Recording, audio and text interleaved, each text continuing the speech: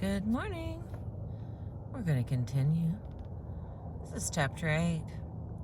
Early American White People Observed. North America's unique jumble of peoples appealed to Western intellectuals as a test case for humanity. Who are the Americans? What are they like? Might the United States, so far across the Western Sea, reveal mankind's future? Or at least Europeans' future? Some observers Some observers saw Americans as white and egalitarian. Others perceived a multiracial assortment of oppressors and oppressed. Meanwhile, the government of this new republic went about its own mundane business, answering its own questions by counting its people according to its own devices. The first census was in 1790. In Article 1, Section 2 and 9 of the Constitution, the United States created a novel way of apportioning representation and direct taxation, a national census every 10 years. The first U.S. census, taken in 1790, recognized 6 categories within the population. Number 1, the head of each household. Number 2, free white males over 16. Number 3, free white males under 16. Number 4, free white females. Number 5, all other free persons by sex and color. And number 6, slaves. U.S. Marshals conducted this first census, recording results on whatever scraps of paper lay at hand. The effort required 18 months and counted 3.9 million people. Incidentally, a number George Washington called too low. This referred to as the very first undercount. 3 terms parsed the only race mentioned, white, and 2 categories demarcated slave and free legal statuses. And then here's a bad picture of that. Oh, it's pretty this morning. Alright. Unfree white persons, of whom there were many in the new Union, seem to have fallen through the cracks in 1790. Though the fourfold mention of the qualifier, quote-unquote, free, by inference recognizes the non-free white status of those in servitude. Had all whites been free, and whiteness meant freedom, as is often assumed today, no need would have existed to add free to white. The 1800 census fixed this problem, though, through an enumeration of all other persons, except Indians, not taxed. And then here's a little special note. Indians appeared in the census of 1800, and colored people gained their own category in 1820. Thereafter, the races broke down into white, black, and mulatto in 1850. Chinese people appeared in 1870. So for these early censuses, free formed a meaningful classification not identical with white.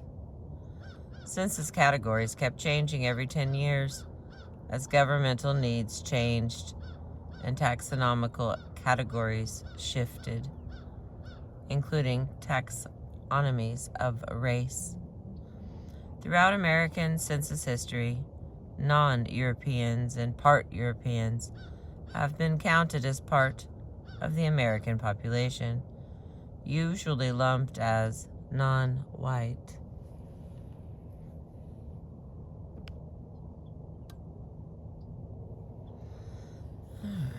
see.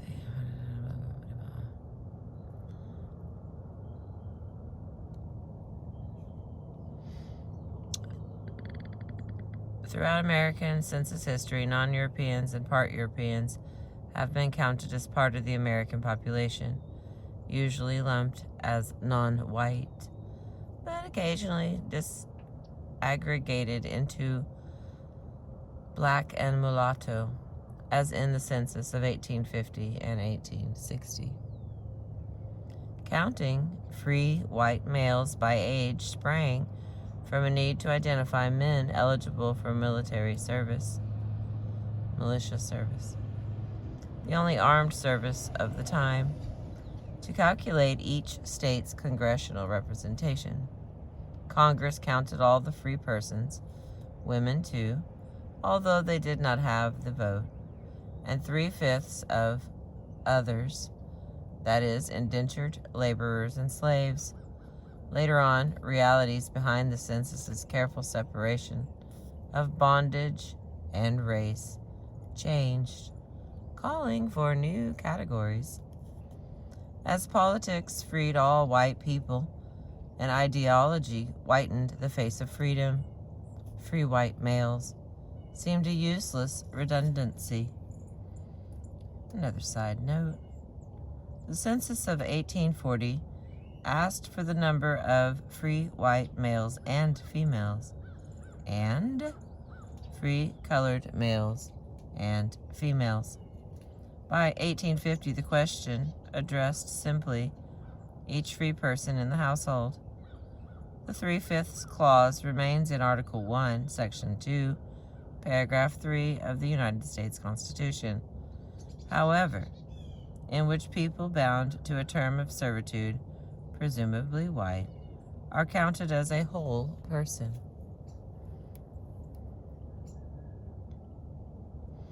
During the early 19th century, when white free males was losing its usefulness because fewer and fewer whites were not free, another phrase was coming into use, one with a much longer life: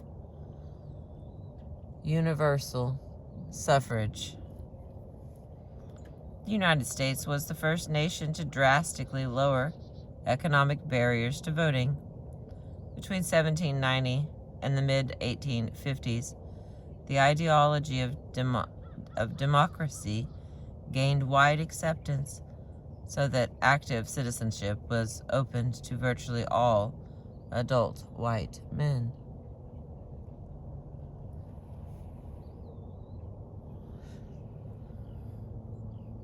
Including most immigrant settlers. Mere adult white maleness thus replaced 18th century requirements of a stake in society, as in property ownership, tax paying, and political independence, one's own steady income, before a man could vote. With the vote came inclusion in public life, so that the antebellum period associated with the rise of the Jacksonian common man witnessed the first major extension of the meaning of what it meant to be American. All women, people ineligible to become citizens, Native American Indians, and Asians, the enslaved, and free people of African descent outside New England continued to be excluded, as well as paupers, felons, and transients, such as canal workers and sailors. Even today, children, non-citizens, and most convicted felons cannot vote. People who cannot meet residency requirements and do not register prior to voting are also disenfranchised. In this situation, universal suffrage meant adult white male suffrage, though from time to time the definition of white came into question. Were men with one black and with one white parent, or 3 white and 1 black grandparents, white? Did white mean only Anglo-Saxons? Or all men considered Caucasian, including those classed as Celts? And we've got a side note.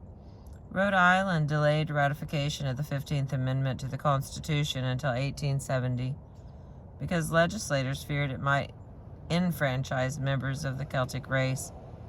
Black men had been able to vote there since 1840. The abolition of economic barriers to voting by white men made the United States, in the then common parlance, a white man's country, a polity defined by race and limited to white men. Once prerequisites for active citizenship came down to maleness and whiteness, poor men could be welcomed into the definition of American, as long as they could be defined as white, the very first enlargement of American whiteness. We can date the pairing of American with descendants of Europeans to the quickly translated, widely read, and endlessly quoted letters from an American farmer of 1782 by the French soldier, diplomat, author Michel Guillaume Jean de Crevecoeur.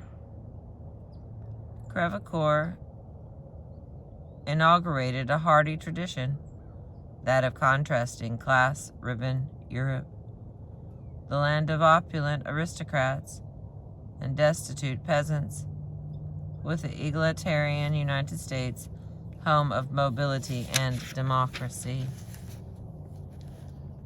Crevecoeur's road to fame meandered far and wide. After immigrating to Canada and fighting on the French side during the 7 years French and Indian War of 1754 through 63, he moved to New York and changed his name to J. Hector St. John. The gratifying picture of Americans in Letters from an American Farmer and Crevecoeur's subsequent success as a French diplomat in the United States raised him high, earning election to the exclusive American Philosophical Society, plus many a local honor. The Vermont legislature so revered Crevecoeur that it named a town, St. Johnsbury, after him. It became the largest city in Vermont's impoverished and deeply conservative Northeast region.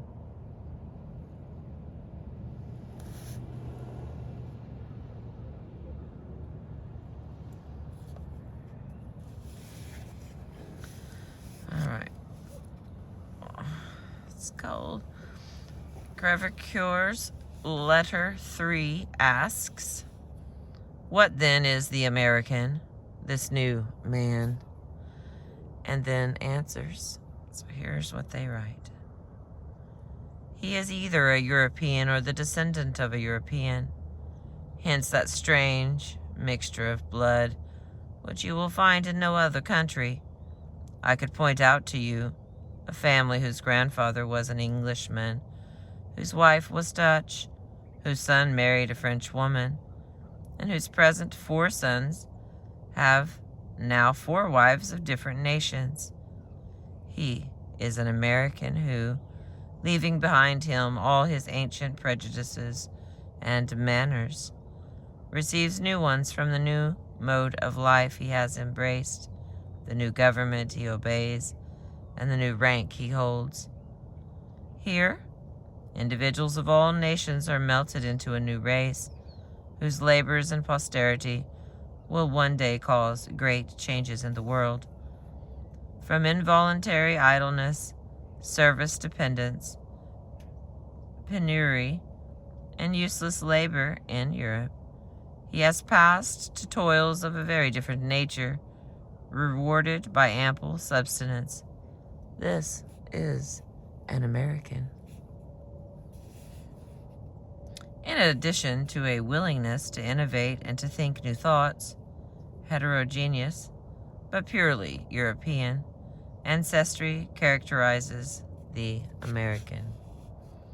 This new man escapes old Europe's oppression, embraces new opportunity, and glories in freedom of thought and economic mobility. Now, a classic description of the American. Crevecoeur's paragraph constantly reappears as an objective eyewitness account of American identity. But letter 3 is only part of the story. When other classes, races, and sexes, and the South entered Crevecoeur's picture, all sorts of revisions became necessary. For instance, poor and untamed white people, particularly Southerners, continued to occupy a separate category well below the American, while the American and the poor white might both be judged white according to American law. Poor white poverty and apparent wildness kept him at a remove from the charmed circle. Such complexity ensured that the who question could not be answered clearly, but European and American observers never stopped pursuing it. Crevecoeur's conceded the existence of other Americans, other white Americans, who do not afford a very pleasing spectacle. He offers a hope that the march of American progress would soon displace or civilize these drunken idlers. Meanwhile, white families living beyond the reach of law and order exhibit the most hideous parts of our society. Crevecoeur cannot decide whether untamed frontier families represent a temporary stage or a degeneration beyond redemption. Once hunters, farewell to the plow. Indians appear positively respectable beside mongrelized, half-savage, slothful and drunken white hunting families. Concerning slavery, ugly scenes in Charleston, South Carolina, break Crevecoeur's heart, but his pessimism arises most from the shock of his host's callousness. The rich slaveholders entertaining Crevecoeur are the gayest people in America, but gay at the cost of their humanity. They neither see, hear, nor feel the woes of their slaves or the blood-curdling violence of their social arrangements. Crevecoeur can only marvel at such insouciance in their situation. He says, here's what he says. Never could I rest in peace. My sleep would be perpetually disturbed by a retrospect of the frauds committed in Africa in order to entrap them, frauds surpassing in enormity everything which a common mind can possibly conceive. Can it be possible that the force of custom should ever make me deaf to all these reflections, and as insensible to the injustice of that slave trade and to slaves' miseries as the rich inhabitants of this town seem to be? Face to face with the realities of Southern slavery, Crevecoeur becomes the first to predict slave insurrection as an inevitable consequence of inveterate resentment, and a wish of perpetual revenge. This is a European thinking in terms of rampant poverty and obscene wealth, and seeing the enslaved as the poor, not simply as a race of people. Thus, Crevecoeur's America is split as much by class as by race, a society in contrast with the sunny, democratic image of his more popular pronouncement.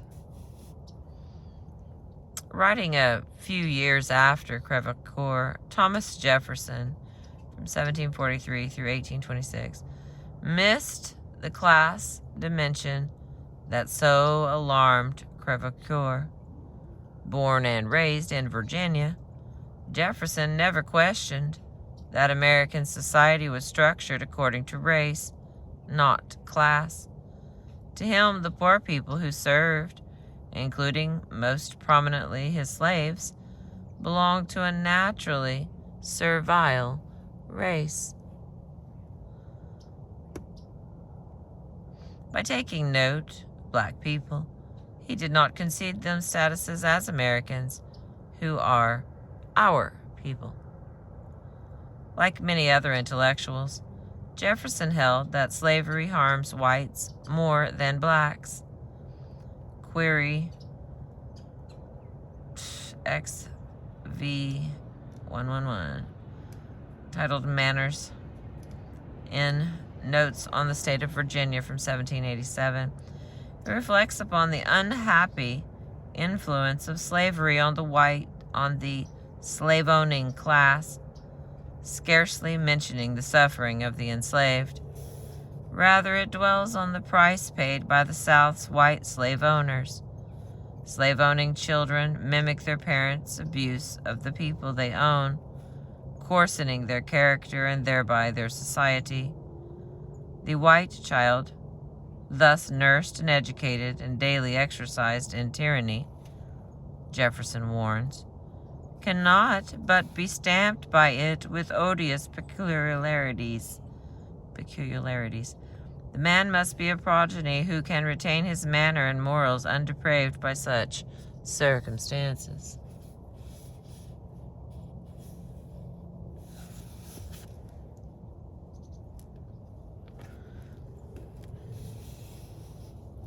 In apportioning the injuries of slavery,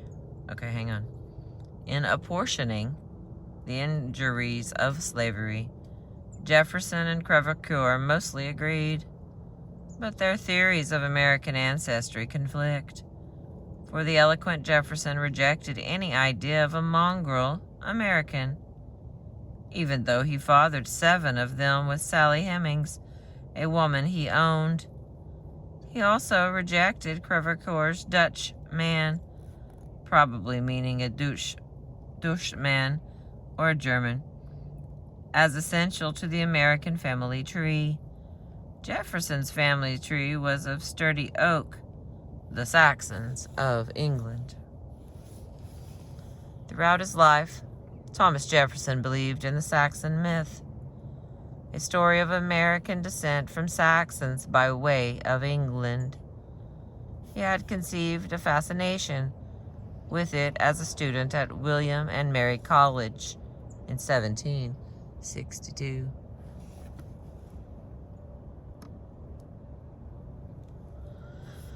And he never wavered in it. Over 50 years of booking. Oh my word, I'm getting cold. Over 50 years of book collecting, his personal library formed the basis of the Library of Congress. Jefferson came to own the country's largest collection of Anglo-Saxon and Old English documents. As a founding father, Jefferson theorized Americans' right to independence on the basis of Saxon ancestry.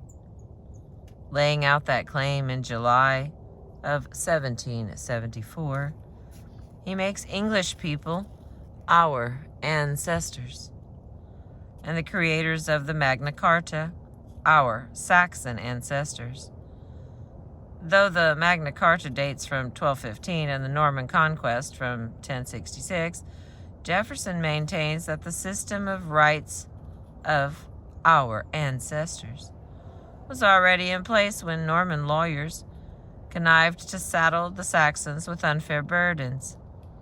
He continues to associate Saxons with the liberal Whigs and Normans with the conservative Tories, as though liberal and reactionary parties had existed from time immemorial, almost as a matter of blood.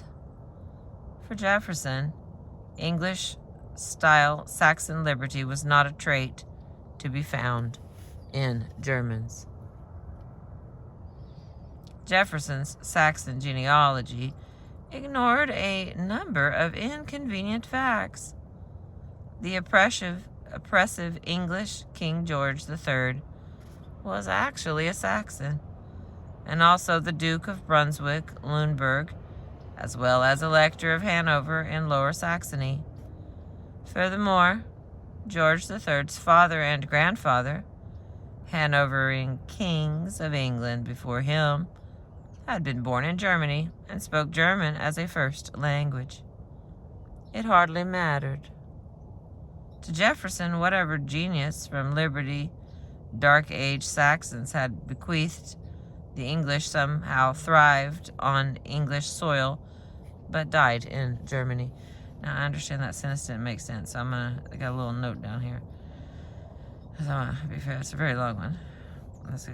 The tangled history of the two Saxon regions in Germany would have put Jefferson off had he sought to trace the relationship between Hengist and Horsa, who, according to Beatty from CA 730, were Jutes, and the English and Americans of his own time. Until German unification under the Prussians, provincial borders changed with the marriages, wars, and alliances of practically every new generation of rulers. I'm going to try to read that sentence. Jefferson's Saxon genealogy ignored a number of inconvenient facts.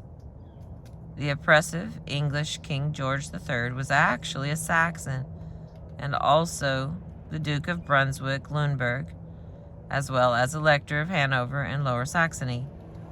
Furthermore, George III's father and grandfather, Hanoverian kings of England before him, had been born in Germany and spoke German as a first language. It hardly mattered. To Jefferson, whatever genius for liberty Dark Age Saxons had bequeathed, the English somehow thrived on English soil, but died in Germany. Okay. In the Philadelphia Continental Congress of 1776, Jefferson went so far as to propose embedding his heroic Saxon ancestors in the Great Seal of the United States. Images of Hengist and Horsa, the Saxon chiefs from whom we claim the honor of being descended, would aptly commemorate the new nation's political principles, government, and physical descent. Okay, another side note. Hengist, which is stallion, and Horsa, which is horse, are legendary founders of Saxon England. They were said to have come from Jutland, now part of Denmark. According to Beatty in his ecclesiastical history, King Vortigern invited them from Jutland to England in 449 to help repulse attacks by the Picts and the Scots. Vortigern gave them the Isle of Thanet in gratitude. The Anglo-Saxon Chronicle makes Hengist and Horsa joint kings of Kent. I feel like that was probably... I'll understand that better when I listen to it back. Alright. This proposition did not win approval, but Jefferson soldiered on. In 1798, he wrote an essay on the Anglo-Saxon language, which equates language with biological descent, a confusion then common among philologists.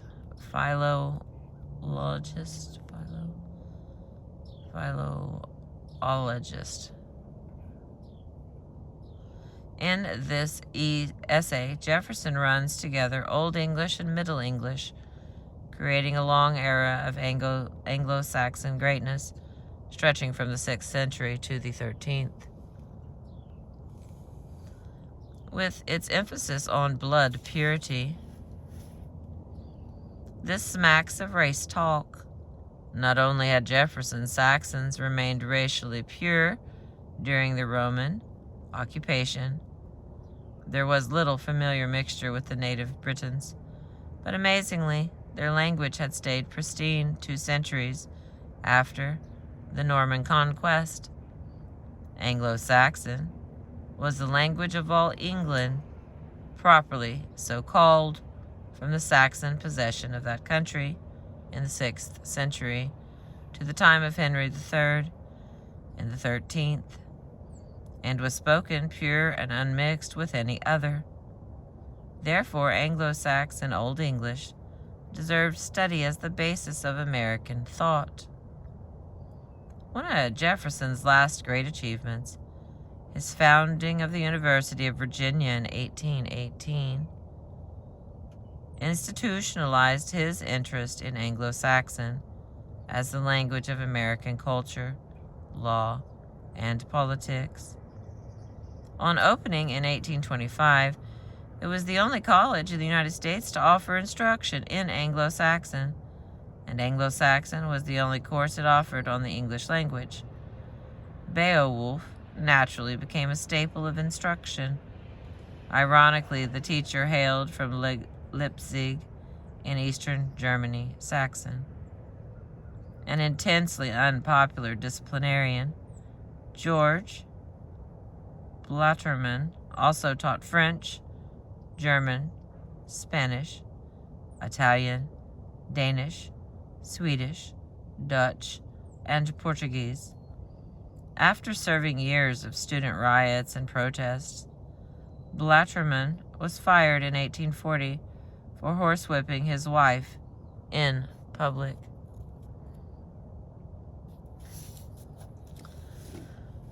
Jefferson's enthusiasm for teaching Anglo-Saxon stayed confined to Southern colleges until the 1840s, and his essay on the Anglo-Saxon language, a rambling 5,400 words composed mostly in 1798, did not appear in print until 1851. Randolph-Macon College and the University of Alabama offered Anglo-Saxon before any Northern college, Amherst in 1841 and Harvard in 1849. Colleges were the earliest non-Southern institutions to teach Anglo-Saxon. Clearly, slavery and the characteristics of black people were stirring more passion than any American claim to Anglo-Saxon ancestry. By contrast, Jefferson's Notes on the State of Virginia, 1784, immediately enjoyed a wide and impassioned readership. This eloquent, though very self-centered summary of American, not just Virginian, identity impugns the physical appearance of African Americans and makes them out to be natural slaves. Not that this insult toward an oppressed people inspired in only approval. Wait a minute. Not that this insult toward an oppressed people inspired only approval. One of the multitude of critics resided at the most Virginian of Northern colleges, the College of New Jersey. Handsome, elegant, Samuel Stanhope Smith, born 1751 till 1819. He became the president of the College of New Jersey, later known as Princeton College. At 43, its first alumni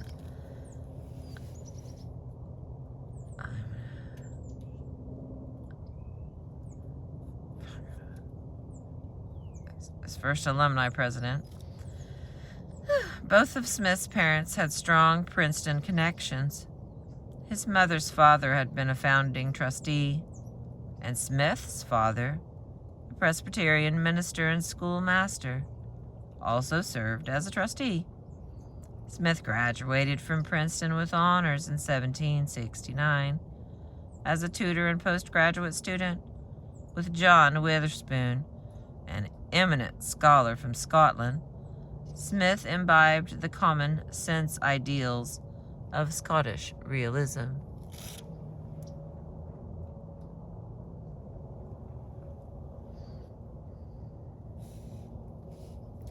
Following an established Princeton trajectory, Smith went south to Virginia as a missionary and became rector and then president of the academy in Prince Edward County that became Hampton-Sydney College.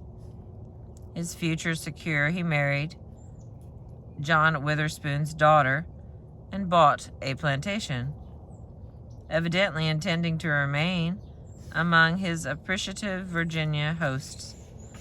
However, a Princeton professorship in moral philosophy lured Smith back to New Jersey.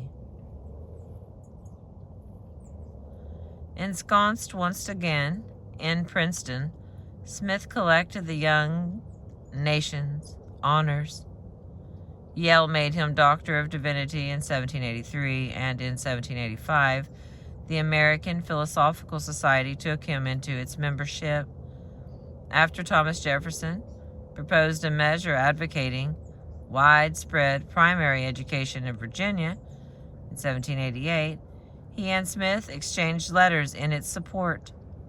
The measure did not pass, and the politics of the two men subsequently diverged. By 1801, Smith had turned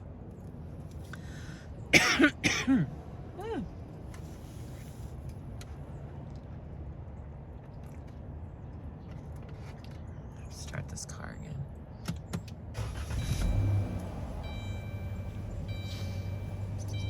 Man, the doggy gotta have some heat. Sorry about the ding-ding. All right. By 1801, Smith had turned politically conservative enough to deplore Jefferson's presidential candidacy as likely to cause turbulence and anarchy. By then, Smith had succeeded his mentor, Witherspoon, as president of Princeton and had turned into an intellectual maverick, downgrading the college classics and Presbyterianism in favor of science, thereby antagonizing its trustees. As Smith grew older and Princeton students more rowdy, he expelled 3/4 of the student body for rioting in 1807. When the Presbyterian Church established a theological seminary right inside the college's Nassau Hall, Smith grasped just where his lack of orthodoxy was leading. In 1812, he was forced to resign the presidency, and he died 7 years later. All that lay ahead in 1787, when he addressed the American Philosophical Society on differences in skin color, and his star was still ascendant.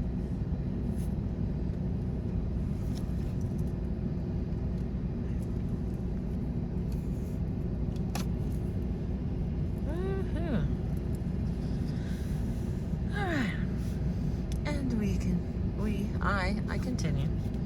Smith's address looked back to the apologetic essay of the Scottish philosopher named Henry Home, Lord Kames, entitled Discourse on the Original Diversity of Mankind, 1776. One of Kames' main points was a rejection of biblical doctrine that traces the unity of humanity through descent back to a single originating couple. Smith disagreed with Kames. Every people did belong to the same species, and differences sprang from circumstance. I believe that the greater part of the varieties in the appearance of human species, Smith declares, may justly be dominated habits of the body, where people live, not their ultimate ancestors, explains variations in human skin color. In tracing the origins of the fair German, the dark-colored Frenchman, and the swarthy Spaniard and Sicilian, it has been proved that they are all derived from the same primitive stock. All mankind descended from Adam and Eve, subsequently diverging through adaptation. Well, Smith's defense of biblical truth met so warm a reception that the lecture appeared immediately in print. Mary Wollstonecraft, the feminist pioneer, favorably reviewed Smith's essay in the London Analytical Review, welcoming his insistence on the unity of mankind. Smith's distinguished physician-historian brother-in-law, David Ramsay, a Pennsylvanian living in South Carolina, pitched in. Ramsay seconded Smith's views on skin color, lauding his criticism of Thomas Jefferson's anti-black slurs, and agreed with Smith about the dominance of culture in shaping human culture. The dominance of climate in shaping human culture. Writing directly to Jefferson, Ramsay noted that the state of society also plays a crucial part. In complete agreement with Crèvecœur and Smith, Ramsay added, "Our backcountry people are as much savage as the Cherokees." Alright, got a little... Jefferson seems not to have replied to Ramsay, but encouraged by support, Smith continued tinkering with his essay. Just a little side note. Reviewing Smith's work, Mary Wollstonecraft wrote, "You cannot dismiss this article without expressing the pleasure the perusal has afforded us. It is certainly a very interesting subject. Whatever tends to make visible the wisdom of the Supreme Being in the world we inhabit, it is of the utmost importance to our happiness. The gratification of curiosity, when excited by trivial objects, is undoubtedly pleasant, but in this instance it is a fresh support to virtue." David Ramsay told Jefferson he admired his, quote, "generous indignation at slavery, but think you have depressed the Negroes too low. I believe all mankind to be originally the same, and only diversified by accidental circumstances. I flatter myself that in a few centuries the Negroes will lose their black color. I think now they are less black in Jersey than in Carolina, their lips less thick, their noses less flat." That's the end of that quote. A graduate of Princeton from Lancaster, Pennsylvania, Ramsay, born in 1749, married one of John Witherspoon's daughters in 1783 in Philadelphia and bought a small plantation in South Carolina in 1792 before moving to Charleston in 1811. Alright, that's all the tiny notes on that page.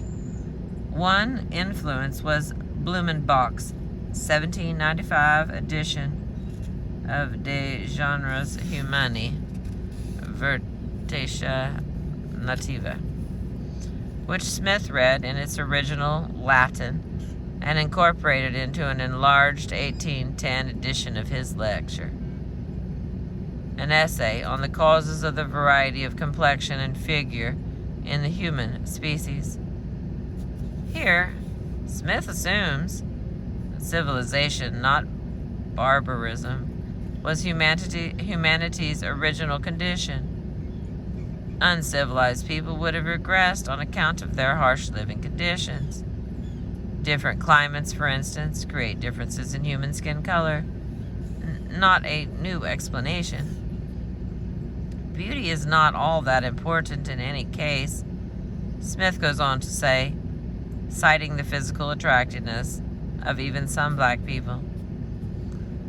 And then he says some more stuff in quotes. "In Princeton and its vicinity, I daily see persons of the African race whose limbs are as handsomely formed as those of the inferior and laboring classes, either of European or Anglo-Americans.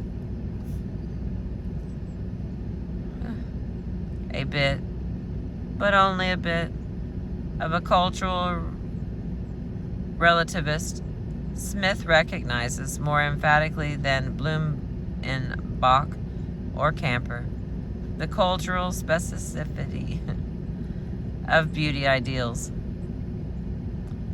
And here's what he has to say about that. Each nation differs from others as much in its ideals of beauty as in personal appearance. A Lapslander prefers the flat, round faces of the dark-skinned country women to the fairest beauties of England. Meanwhile, as we have seen, anthropologists of the time were debating whether Lapps in the north of Sweden and Finland might count as Europeans at all. Linnaeus, the great taxonomist, for instance, said no. Blumenbach, Germany's leading racial classifier, wavering, said yes. Eventually, the question faded into insignificance as anthropology's terms of analysis moved away from questionable attempts to rank order of physical beauty.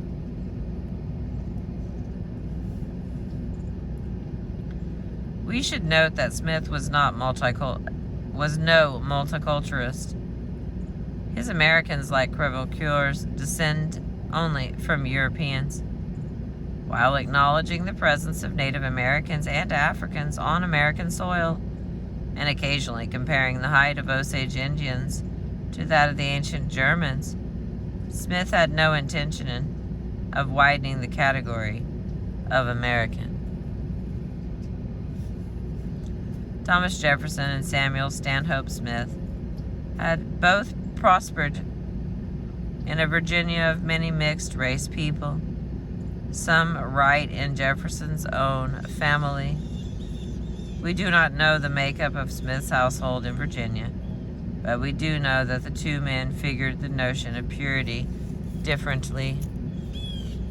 Jefferson somehow kept the rainbow people of Monticello beyond the reach of his race theory, allowing him to conceive of a Platonic, pure and unmixed Saxon ideal.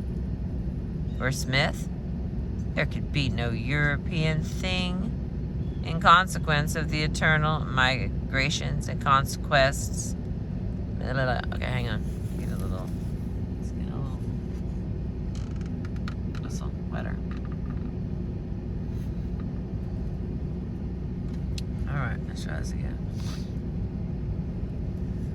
Jefferson somehow kept the rainbow people of Monticello beyond the reach of his race theory, allowing him to conceive of a Platonic, pure and unmixed Saxon ideal. For Smith, there could be no such European thing in consequence of the eternal migrations and conquests which have mingled and confounded its inhabitants with the natives of other regions in a continuing process of perpetual change. Smith and Jefferson found words for purity and mixture in Europe, even among Europeans in the New World, but the African, Indian, European mixing occurring right under their noses in 18th century Virginia overwhelmed their rhetorical abilities. The leaders of American society could not face that fact squarely. For them, mixing produced a unique new man, this American, but mixing only among Europeans. So if a climate is paramount, what of the American climate, with its extremes of heat and cold and its stagnant waters? Not much good comes of it. Smith feels, for it imparts to Americans a certain paleness of countenance and softness of feature. In general, the American complexion does not exhibit so clear a red and white as the British or the German, and there is a tinge of sallowness, paleness, sickliness, yellowness spread all over it. Elevation and proximity to the sea also affect skin color. Hence, the white people of New Jersey have darker skins than white people in hilly Pennsylvania. White skin darkens further south. White Southerners, especially the poor, living in a hot climate and at lower elevations, are visibly darker than Northerners. Americans, living in different climates, look different, but all in all, Americans look pretty much the same.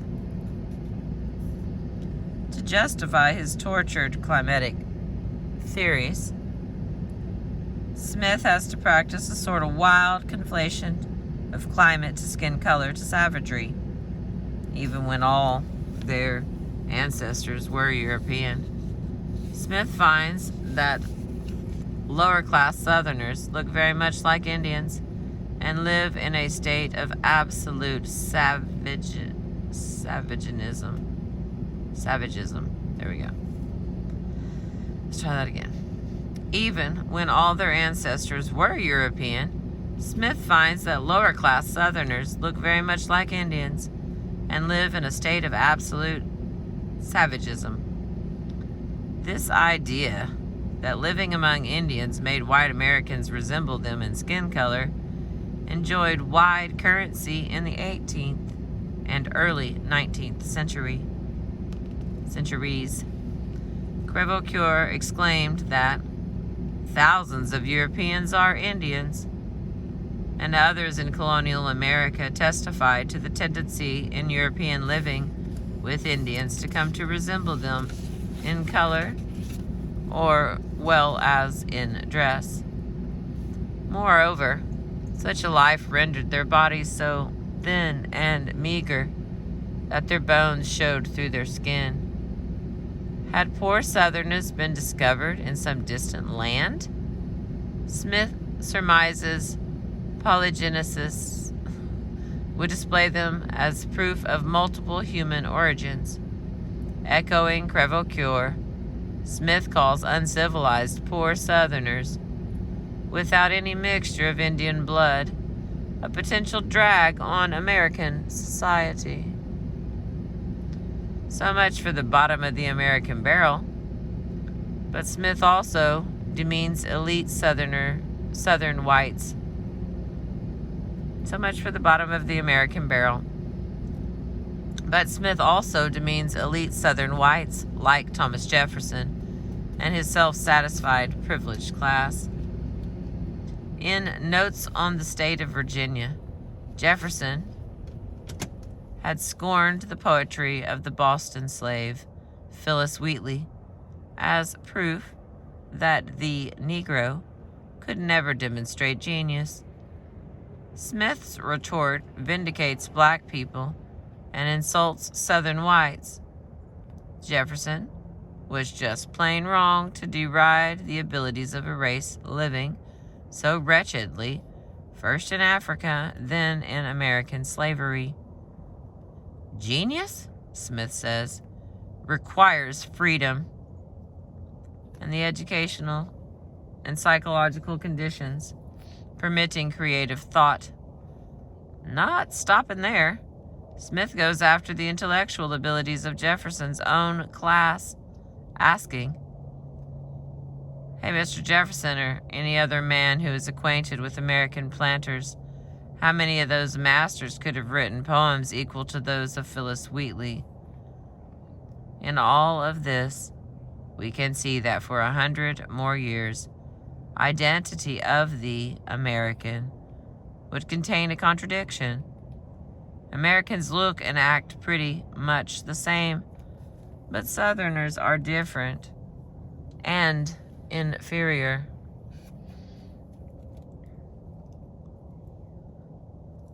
As long as observers thought only of European peoples as Americans, the country's rosy, egalitarian image glowed nicely. Always present, however, though little known, was a counter-argument. that calculated Americanness by experience rather than skin color. Though black authors often generalized about the character of white people, most of their commentary came in the form of asides embedded in work focused on people of African descent. David Walker and Hosea Easton represented their views, addressing their fellow Americans as critics of white supremacy. In 1829, David Walker, born in 1785, a thoughtful and politically engaged African American living in Boston, published an 80-page tract with a jaw-breaking title, David Walker's Appeal, in 4 articles together with a preamble to the colored citizens of the world, but in particular and very expressly to those of the United States of America. And yes, that was the title. It was really long. The first edition of David Walker's Appeal to the Colored Citizens of the World appeared in late 1829. 3 more editions followed in the spring of 1830. Though differences between the editions are minor, Walker sharpened his scornful indictment of white American hypocrisy. Born free in Wilmington, North Carolina, Walker had moved to Boston around 1825 and made his living as a dealer in used clothing. Among his many activities, he wrote for and distributed the nation's first black newspaper, Freedom's Journal, and frequently delivered public addresses at black Bostonians' celebrations of Haitian independence, for instance, or a visit to Boston by an African prince recently emancipated from Southern slavery. A Mason and Methodist, but a critic of black religiosity, Walker was well known and well respected as an activist among Boston's black people, who numbered about 1,000, and within the anti-slavery community that surrounded William Lloyd Garrison. Garrison reviewed Walker's appeal positively in an early number of The Liberator, soon to become the nation's most influential abolitionist periodical.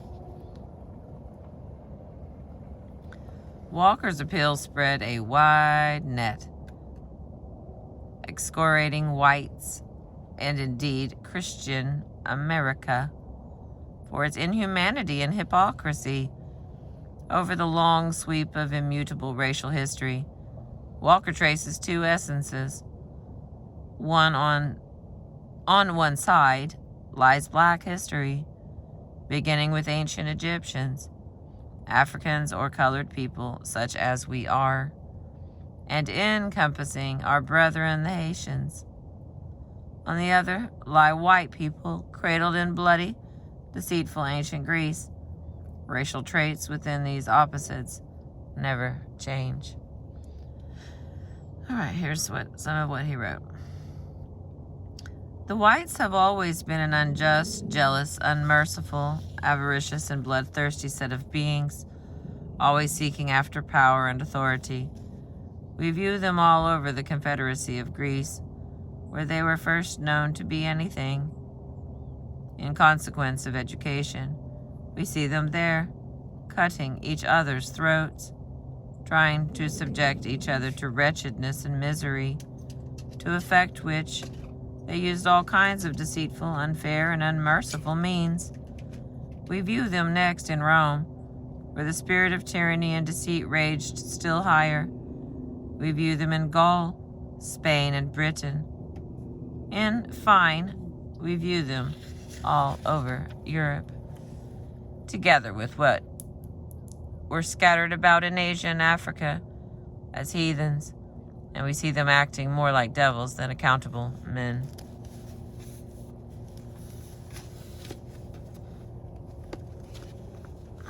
Let's see how many pages we got left here, friends.